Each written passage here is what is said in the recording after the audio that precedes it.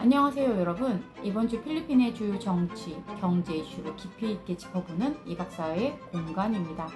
인플레이션, 국제외교, 정치개혁까지 뉴스 너머의 흐름을 전문가 시각으로 해석해드립니다. 그럼 지금부터 3월 셋째 주, 넷째 주 주요 뉴스를 함께 살펴보시겠습니다. 첫 번째 소식입니다. 필리핀 통계청에 따르면 3월 기준 인플레이션율이 1.8%를 기록하며 5년의 최저치를 나타냈습니다. 주요 원인은 식품 가격 안정과 유류비 하락으로 특히 쌀과 고기류 가격이 둔화된 영향이 큽니다. 교통비 역시 전월 대비 하락세를 보였고 이는 서민 경제에 긍정적인 신호를 일으키고 있습니다. 전문가들은 이러한 수치가 필리핀 중앙은행의 금리 인하 결정에 영향을 줄 수 있다고 분석하고 있습니다. 하지만 여전히 국제유가 변동과 엘니뇨 가뭄 가능성 등 불확실성 요인이 존재하기 때문에 정부는 물가 안정 정책을 지속할 계획입니다. 이번 인플레이션 하락은 소비자 심리 회복에도 도움이 될 것으로 보이며 향후 내수 중심 성장 전략에 더욱 탄력이 붙을 것으로 기대가 됩니다. 두테르테 ICC 체포 이후 온라인 유협이 증가되고 있다는 소식입니다. 전 국제형사재판소 ICC의 체포 명령에 따라 로드리도 두테르테 전 대통령이 구금이 된 이후 SNS 상에서 인권 운동가와 마약 전쟁 피해자 가족들을 향한 온라인 괴롭힘이 증가하고 있는데요. 특히 피해자 실명과 사진이 유출되며 협박성 댓글이 퍼지고 있고 국제 인권 단체들이 이를 심각한 2차 가해로 규정했습니다. 전문가들은 두테르테 전 대통령에 대한 ICC의 조치가 정의 실현이라는 상징성과 함께 내부적으로는 여전히 뿌리 깊은 권력 구조에 저항하는 상징적 사건이라고 보고 있습니다. 필리핀 정부는 사이버 범죄 수사에 착수했으며 피해자 보호와 가짜 뉴스 대응을 강화할 방침입니다. 세 번째 소식입니다. 중국 정부가 필리핀 국적자 3명을 간첩 혐의로 체포했다는 소식인데요.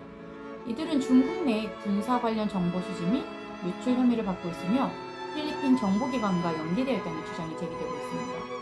현재 필리핀 정부는 사건의 진위를 파악 중에 있으며 공식 입장은 따로 발표하지 않고 있습니다.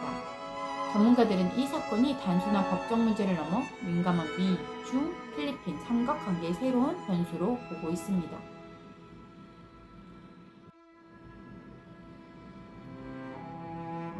네 번째 소식입니다. 정치 왕조 금지 청원 접수에 관한 내용인데요. 필리핀 대법원에 정치 왕조 금지 청원이 공식 접수되었습니다. 청원인은 특정 가문이 정치 권력을 세습하며 민주주의를 훼손하고 있다고 주장하고 있으며 특히 지방선거를 앞두고 이 문제가 다시 부상했습니다. 현재 상원의원 중 3분의 1이 정치 명문가 출신이며 같은 성씨, 가족 관계를 통해 정치 권력이 고착화되고 있는 상황입니다. 전문가들은 이번 청원이 실제 입법에 영향을 미치기보다는 정치개혁에 대한 여론을 자극하는 상징적 역할을 할 것으로 분석하고 있습니다. 대법원이 헌법을 어떻게 내릴지 향후 정치개혁 움직임에 어떤 영향을 미칠지 주목이 됩니다. 다음 소식입니다.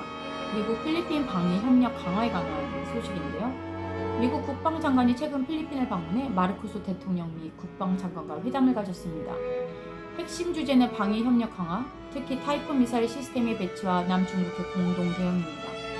미국은 필리핀을 인도-태평양 전략의 핵심 국가로 보고 있으며 이번 방문은 양국의 안보 협력 강화 의지를 재확인한 자리였습니다.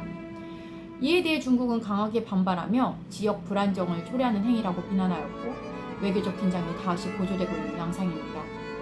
군사 전문가들은 필리핀이 외교적 균형 전략을 세심하게 관리해야 되는 시점이라고 조언하고 있습니다.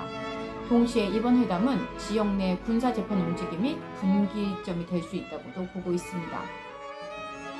지금까지 필리핀 주요 뉴스 브리핑이었습니다. 변화의 조짐이 보이는 필리핀 경제와 긴장감 속 외교 전략 그리고 정치개혁 목소리까지 우리는 단순한 사건 너머의 구조와 맥락을 함께 짚어야 될 때입니다.